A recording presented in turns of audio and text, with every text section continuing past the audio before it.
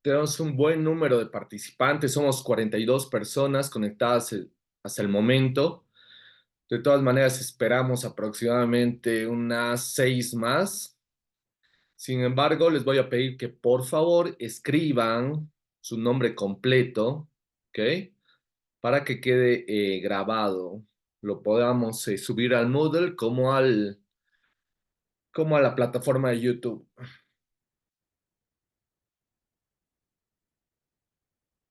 Ok, perfecto. Sí, ya estamos inscribiendo. De todas maneras, voy a empezar a compartir. Hoy vamos a dar por finalizado el temario que entraría para su examen final, ¿ok? Vamos a ver si podemos compartir.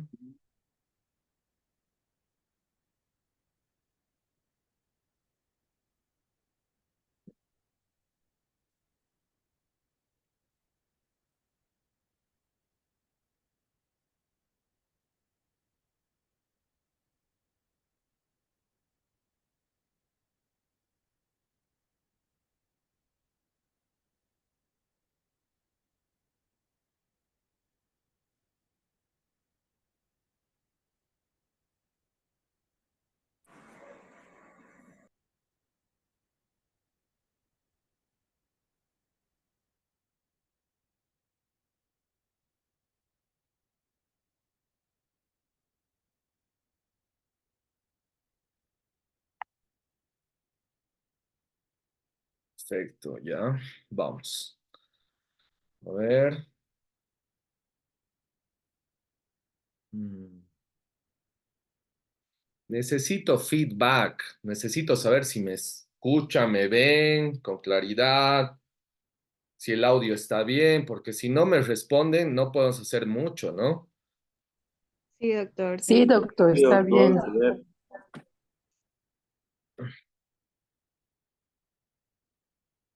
A ver quiénes están.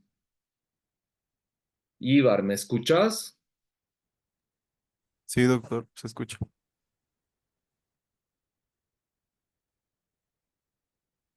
Nada. A ver. Hola, Ibar. Doctor, sí se escucha. Ah, perfecto. Yo tenía el problema del audio. Ya está solucionado, ¿ven? Por eso quería chequear. Perfecto, Ibar. Ya, vamos. Entonces, sin más preámbulos, vamos a dar inicio al sistema nervioso central, ¿ok?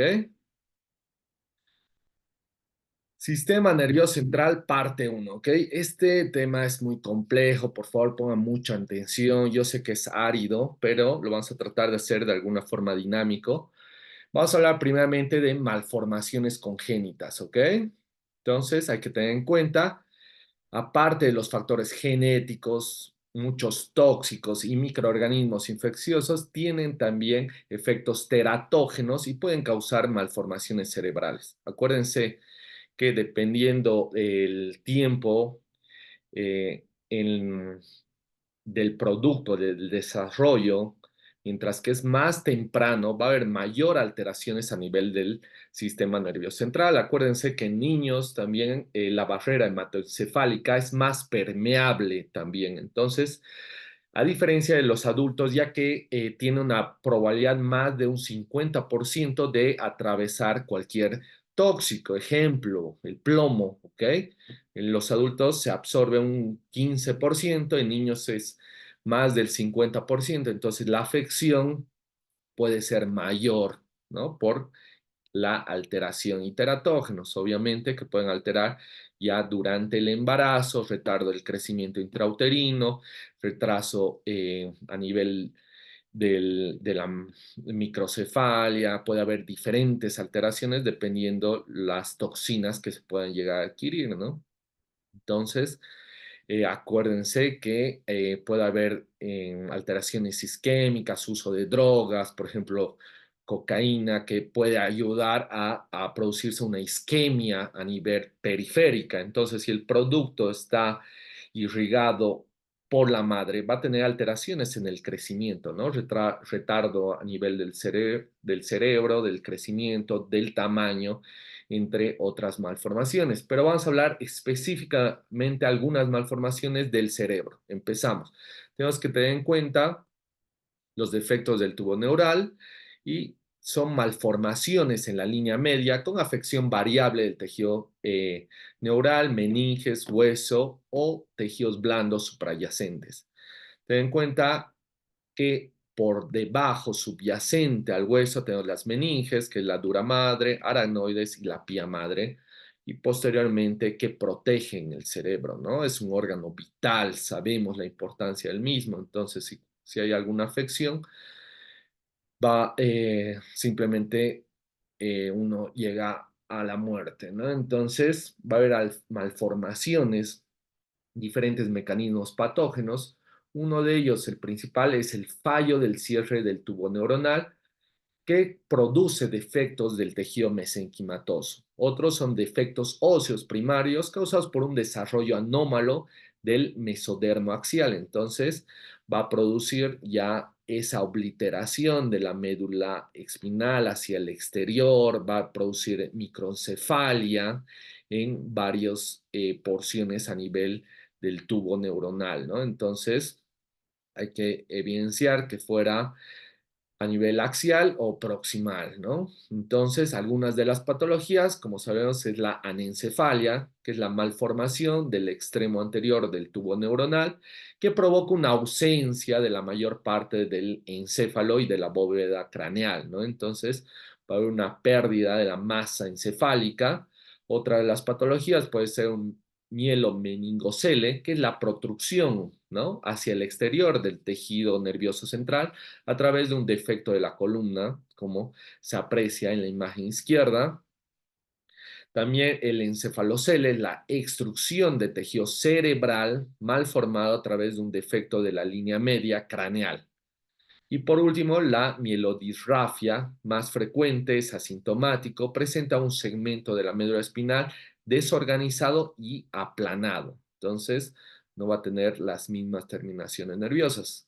Acuérdense que hay una deficiencia del folato durante las primeras semanas de gestación, que es un factor de riesgo conocido. Por ende, ustedes, señoritas, tienen que hacer planificación familiar. O sea, si desean tener eh, o sea, su hijo, tienen que ya antes consumir ácido fólico, ¿no?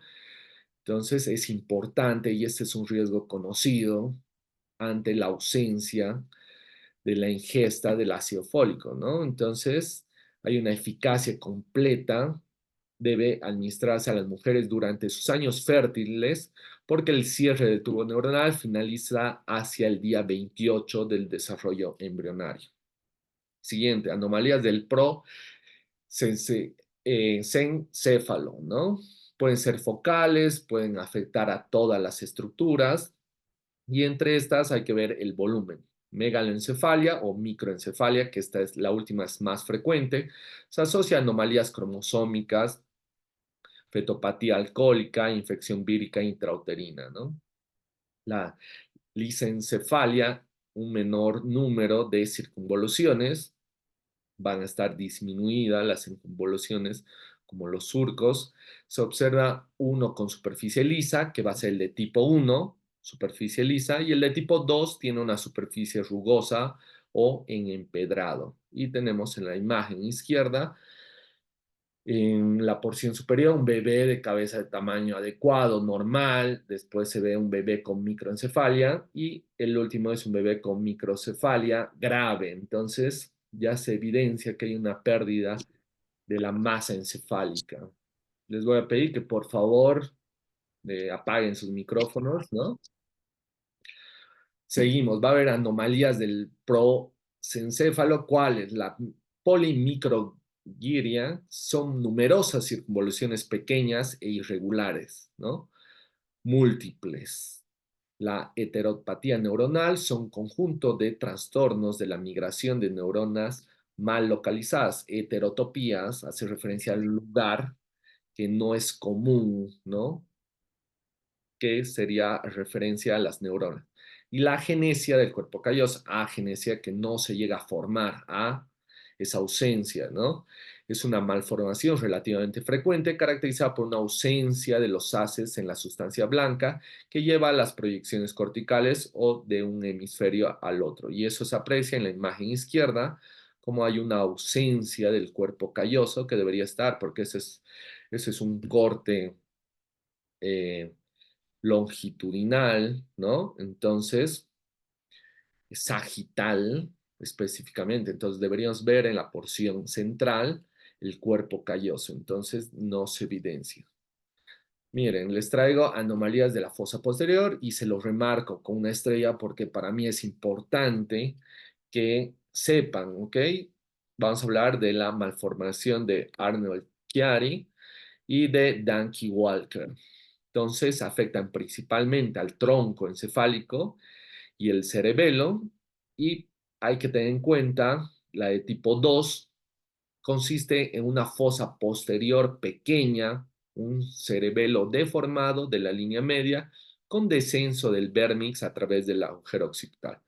Entonces el vérmix va a ser la porción central del cerebelo y como pueden apreciar, está siendo, está subyacente, o sea, está por debajo y está descendido todo lo que es el cerebelo como el vérmix del mismo. Entonces, a todo esto en la fosa posterior, en el agujero occipital. Entonces, esta es una de las malformaciones. Esa es la uno, pero esa es la 2 diré, y la de tipo uno es un trastorno más leve en el que las amígdalas cerebelosas de implantación baja se extienden abajo al interior del canal cerebral, ¿no? También vamos a hablar de la malformación de Dandy Walker. Se caracteriza por un aumento de tamaño de la fosa posterior, el vértice cerebeloso está ausente y reemplazado por un quiste grande en la línea media. Y podemos apreciar ya la de tipo uno que tiene las mismas características, pero es más leve, ¿no? Las amígdalas cerebelosas tienen una implantación un poco más baja. En cambio, la 2 ya incluye hasta el vérmix, incluye mayor parte del cerebelo. Continuamos. El síndrome de Joubert presenta una hipoplasia del vérmix del cerebro, del cerebelo, con elongación aparente de los pedúnculos cerebelosos superiores. Como pueden apreciar en la imagen izquierda, tiene esa imagen característica que es el signo del molar, como un diente, específicamente un molar, cómo se aprecia esa hipoplasia, hay una disminución del tamaño del vermis y hay una elongación de sus pedúnculos cerebelosos. Entonces se evidencia como si fuera un diente y eso es patognomónico de este tipo de enfermedad, ¿no? Del síndrome de Joubert. Ahora vamos a hablar de enfermedades cerebrovasculares, ¿no? Acuérdense que dependiendo el tiempo va a tener mayor sintomatología, puede llegar no solamente a una hipoxia, que es la disminución del oxígeno, posteriormente a una isquemia, posteriormente a una necrosis de tipo coagulativa, isquémica. Entonces, dependiendo el grado y la progresión, el tiempo, se ve mayor la afección. Entonces, es una lesión cerebral como consecuencia de una alteración del flujo sanguíneo que puede ser isquémica como hemorrágica. Acuérdense que hay dos tipos, isquémica con la oclusiva, ¿no? Con el bloqueo de la arteria. En cambio, la hemorrágica ya es cuando hay una ruptura a nivel del vaso y se produce un efecto de más. Por ende, cualquier accidente cerebrovascular se tiene que realizar un TAC, es el gold estándar, se dice que es la hora de oro, ¿ok? Hora de oro.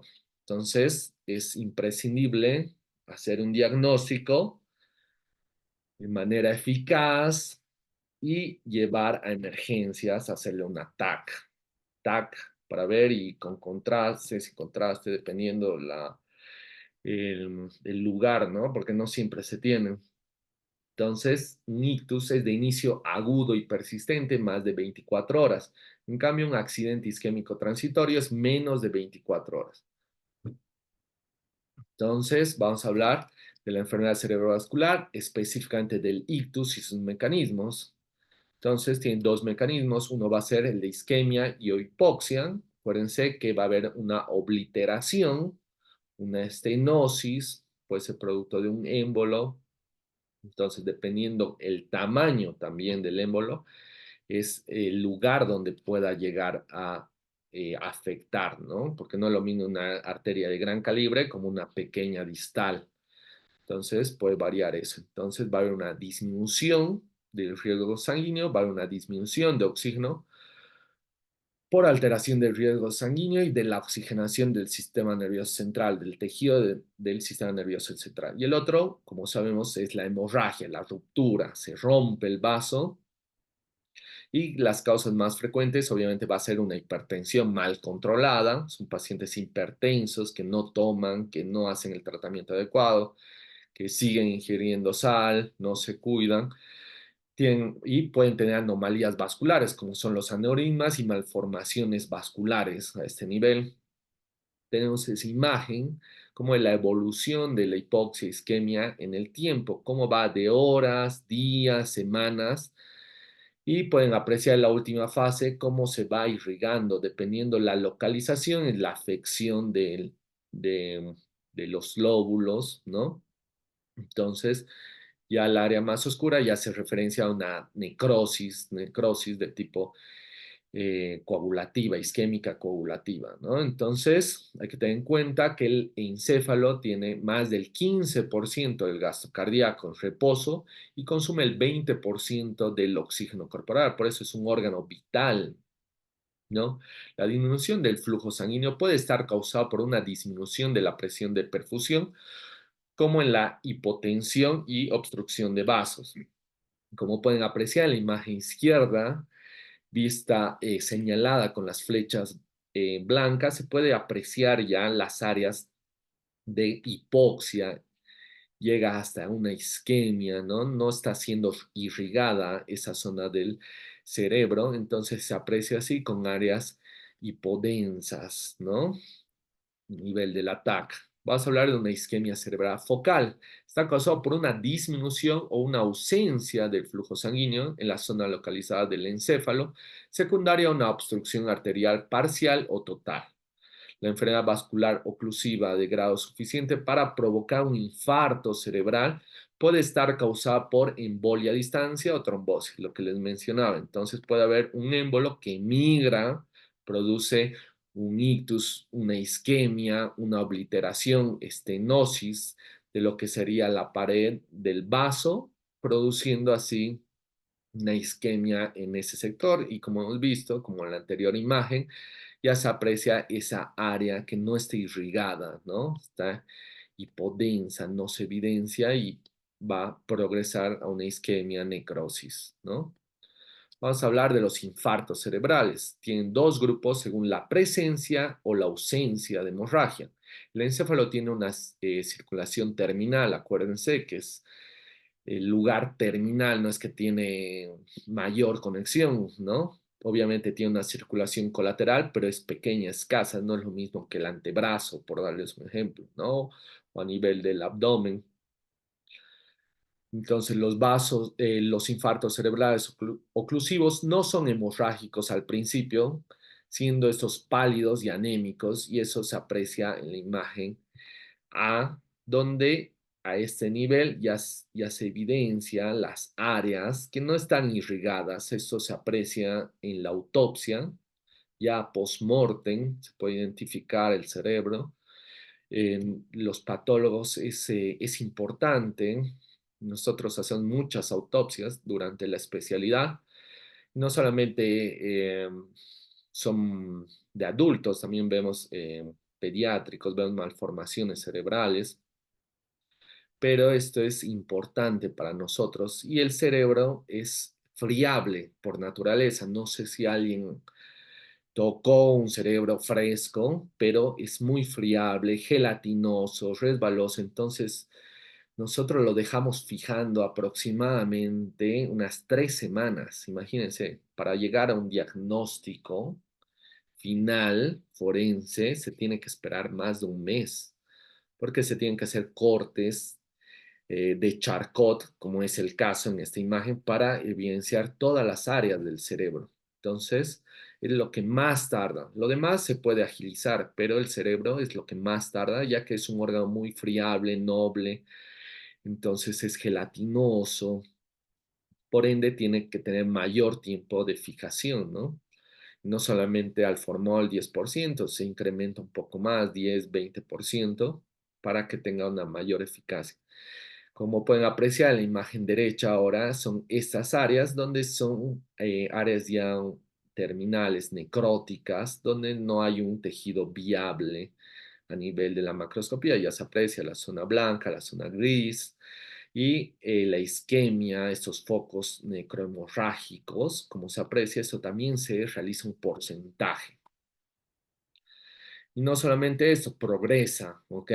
Sí, a medida que pasan días, se llega a cavitar, hay una pérdida del encéfalo, como se aprecia en la imagen izquierda, y es un infarto quístico antiguo por cavitación, por pérdida del parénquima. Entonces, dependiendo del grado, la extensión, uno ya puede tener un parámetro del tiempo en el cual se realizó la muerte, ¿no? O sea, podemos identificar si es días, ¿no? Si es horas, días, semanas o hasta meses. Entonces, las fases terminales, ya después de 3 semanas, van a ser estas formaciones quísticas, ¿no? Entonces, de 6 horas de lesión, va a haber una lesión irreversible, ¿no? Si el infarto persiste, el infarto no hemorrágico, hablamos del isquémico, trombótico, oclusivo, si es más de 6 horas, el daño es irreversible. De 48 horas, el tejido empalidece, se vuelve más claro, grisáceo a blanquecino, se reblandece y aumenta de volumen. De 2 a 10 días, el encéfalo se hace gelatinoso y friable. Entonces, va a tener una consistencia ya de necrosis. Acuérdense, cuando es friable, ya se puede identificar la necrosis.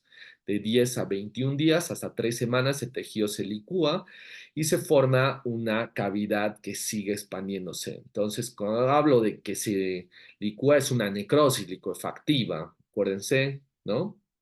Entonces, tiende a cavitarse, expandiéndose a zonas eh, periféricas, ¿no? Y vamos a ver un infarto agudo de 6 a 12 horas. Y en la microscopía, como pueden apreciar en la imagen izquierda, va a haber una hipereosinofilia, ¿no? De las neuronas, estas grandes son las neuronas, acuérdense, va a haber una necrosis neuronal, una hipereosinofilia, pignosis. Pignosis hace referencia cuando el núcleo es pequeño, hipercromático, cariorrexis nuclear, va a haber una destrucción del núcleo que se va a evidenciar como polvillo nuclear. Entonces va a estar disperso el núcleo, siendo así una cariorrexis nuclear. Se evidencia de esta manera. Un infarto subagudo, vamos a ver células fagocíticas. Acuérdense, los macrófagos siempre llegan en la segunda línea. En la primera línea siempre van a llegar los neutrófilos. Posteriormente, los monocitos, después que estos se transforman en macrófagos, se especializan para producir una fagocitosis. Siempre van a tener la tendencia a realizar una fagocitosis del tejido necrótico, ¿no? En este caso, aparte del tejido necrótico, de la mielina. Entonces, vamos a hablar de un infarto subagudo. Las fagocíticas van a estar de 48 a 72 horas. Los macrófagos se encargan de la mielina. Hay una lesión persistente de meses o años. Y vamos a ver los astrocitos reactivos, vasos de neoformación en la periferia, una lesión de una semana después de la agresión y se ve ese denso infiltrado inflamatorio de tipo linfocitario y polimorfo nuclear neutrofílico. Ya podemos identificar las células gigantes, que son estas, son las células gigantes multinucleadas de tipo cuerpo extraño, son los macrófagos que están fagocitando tejido necrótico como mielina, ¿no? Y estos astrocitos reactivos que hacen referencia a estas porciones, ¿no? Este puede ser otro. Las neuronas son las más grandes, piramidales, acuérdense de eso. Y posteriormente un infarto cicatrizado. Esto también es importante, quiero que lo anoten, ¿ok? Porque probablemente en su examen yo les pregunté cómo se evidencia en la microscopía un infarto agudo, ¿no? Que sería este el caso, en la microscopía, y cómo se evidencia un infarto crónico. Entonces, la diferencia es abismal. Ni siquiera les voy a preguntar un subagudo, yo creo. ¿Me entienden, no? Quiero que puedan diferenciar entre lo agudo de lo crónico.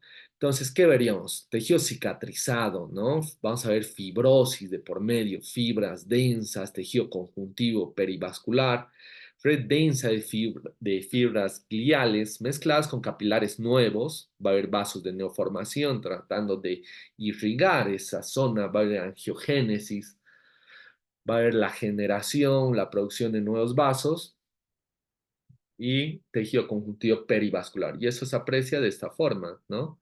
Aquí se aprecian los vasos de neoformación, angiogénesis, y todo esto hace referencia a la necrosis, ya no se evidencia, como les digo, se aprecia como si fuera papel cebolla bien difuminado, ya no se aprecia bien los núcleos, entonces hay que pensar que esto es un infarto ya antiguo, cicatrizado, ¿no? Vamos. Ya hemos hablado de los infartos no hemorrágicos. Ahora vamos a pasar a los hemorrágicos. Entonces son parecidos a los infartos isquémicos, se asocian a extravasación y reabsorción de la sangre. Después, a ver,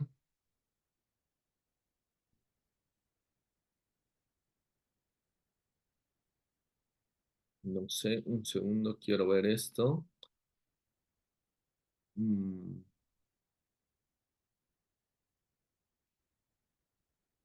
sí, ahí está, bien, perfecto. Entonces, son parecidas a los infartos isquémicos, asocian extravasación y reabsorción de la sangre. Son pacientes que reciben tratamiento anticoagulante. Los infartos hemorrágicos pueden estar asociados a hematomas intracerebrales extensos, ¿ok? Este es uno de ellos, este es un hematoma muy extenso, intracerebral. Entonces, más que todo son en hipertensos. Y aquí les traigo un esquema donde se puede apreciar las hemorragias intracraneales. Entre estas hay que hablar de la hemorragia subaracnoidea, que puede ser más que todo traumática o de manera espontánea. Espontánea, ¿por qué? Porque hay un paciente hipertenso que no se cuida. Entonces, va a haber frecuentemente por aneurismas, va a haber una ruptura de las paredes de las arterias, los factores de riesgos que fumen, alcoholismo, hipertensión, lo que les decía, pueden presentar cefalea intensa. Acuérdense, ustedes le preguntan al paciente y les dice, esta es mi peor eh, sensación, ¿no? De cefalea, o sea, dolor de cabeza intenso, ¿ok? Entonces, ese dolor es el peor de su vida, así te lo refieren los pacientes, ¿no? Cuando hay hemorragia intracraneal, es la peor cefalea que han tenido en su vida. Entonces, cuando te dicen eso, listo, tac, ¿ok? Hay que hacerle una tomografía axial computarizada para identificar las áreas que podrían estar afectadas.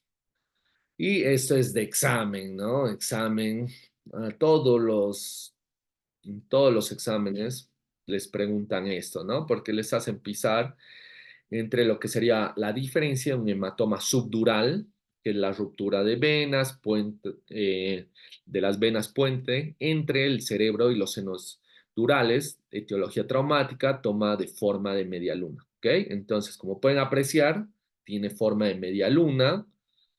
Y ustedes, acuérdense, miren, tiene una forma de un plátano, ¿ok? Entonces, eso se lo tienen que acordar, a diferencia del hematoma epidural, que tiene una forma de limón. Entonces, esto es característico para que puedan identificar.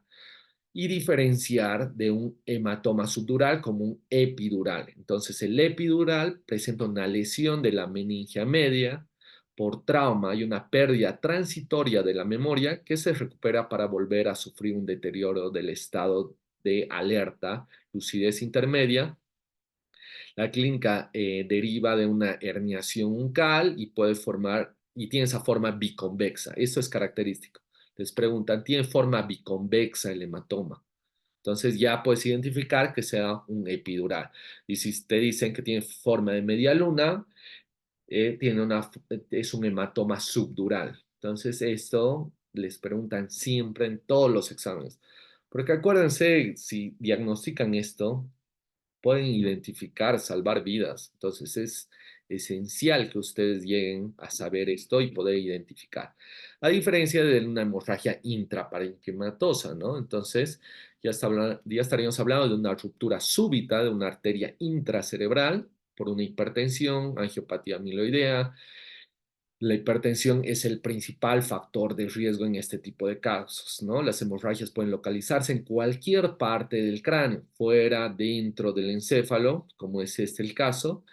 Entonces, hay que identificarlo. Les quería decir que tenemos tiempo restante, 5 minutos aproximadamente. Vamos a tratar de acelerar. De todas maneras, nos volvemos a conectar, ¿ok? Nos volvemos a conectar para poder continuar. Entonces va a haber una hemorragia intraparenquimatosa, es un vaso intraparenquimatoso pequeño, puede causar una hemorragia primaria en el encéfalo asociado a menudo a un inicio brusco de síntomas neurológicos que llamamos ictus, ¿no? Entonces, acuérdense, la hipertensión es el factor de riesgo asociado con más frecuencia a hemorragias intraparenquimatosas cerebrales profundas. Y esto, la hipertensión, ¿saben cómo se soluciona? En más del 50% de los hipertensos, discontinuando la sal. Tan fácil es. Y la gente no lo llega a hacer, ¿no? Entonces, si podrían evitar la sal, se evita más del 50% de pacientes que sean hipertensos, solo con hábitos, ¿no? Vamos, 50% de las hemorragias con repercusión clínica, 15% de las muertes en personas con hipertensión crónica. Entonces, como pueden apreciar en la imagen izquierda, ya se aprecia esa vasculatura de la arteria, de la vena y congestión va a estar reforzada, va a estar incrementada la pared y puede haber extravasación eritrocitaria, ¿no? Y se aprecia en esta índole, en un ataque, un corte coronario. Miren, es otra pregunta de examen probablemente, ¿no? Que los remarco con una estrella, una hemorragia subaracnoidea y ruptura de un aneurisma sacular. Entonces se realiza una angiografía, como se puede apreciar en las imágenes izquierda-derecha, y se identifica esa forma sacular, ¿no? Esa malformación vascular, como indica en la flecha blanca, tiene una forma sacular, entonces esta va a tener una debilidad y por ende se puede romper, produciendo así una hemorragia dependiendo del lugar, ¿no? Entonces, es la primera causa de TEC, de un traumatismo encefalocraneano, pero también puede estar no traumática, puede estar asociada a un acceso de hemorragia intracerebral primaria al sistema ventricular, malformaciones vasculares, alteraciones hemorrágicas y hasta tumores, ¿ok? Entonces va a haber compresiones, tumores primarios de cerebro que produzcan estas rupturas de los aneurismas, ¿no? Acuérdense que muchos de los tumores también son muy vascularizados, entonces pueden tener una hemorragia de igual forma si se llegan a romper. En cuanto a la patogenia, va a haber una anomalía estructural del vaso afectado, va a haber una ausencia del músculo liso y de la lámina elástica íntima. Es una anomalía ya congénita. Entonces, si hay una ausencia del músculo liso, entonces la pared va a estar muy adelgazada. Y hay que tener en cuenta el aneurisma sacular íntegro es una evaginación de la pared delgada, habitualmente un punto de ramificación arterial en el polígono de Willis, ¿no? o un vaso principal justo más distal. Como pueden apreciar, puede ser de 2 a 3 centímetros, superficie roja brillante, como se ve en la imagen izquierda, en la primera, en la imagen A, una pared transparente, como hay una ausencia de la pared muscular, del músculo liso, entonces va a haber un debilitamiento de la misma. Entonces, como podemos apreciar, el polígono de Willis, justamente en la arteria cerebral anterior, donde indica la flecha. En la segunda imagen ya se aprecia, ¿no?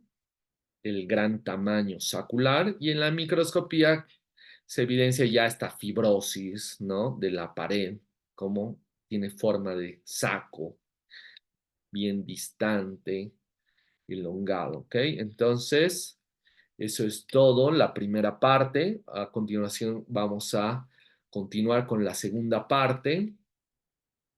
Tenemos menos de un minuto. Entonces, ¿tiene alguna duda, pregunta hasta ahora?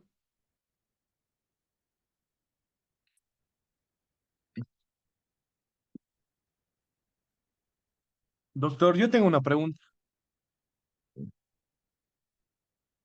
Dale, Cristian, a ver, porque tenemos menos de un minuto, por si acaso, se puede cortar. Quiero saber cuál es el temario para este parcial. Aclarar eso. Ah, perfecto. No, no te preocupes, hasta acá, lo último, ¿ok? Todo lo que hemos visto. De todas maneras, incluye, si no me equivoco, es piel,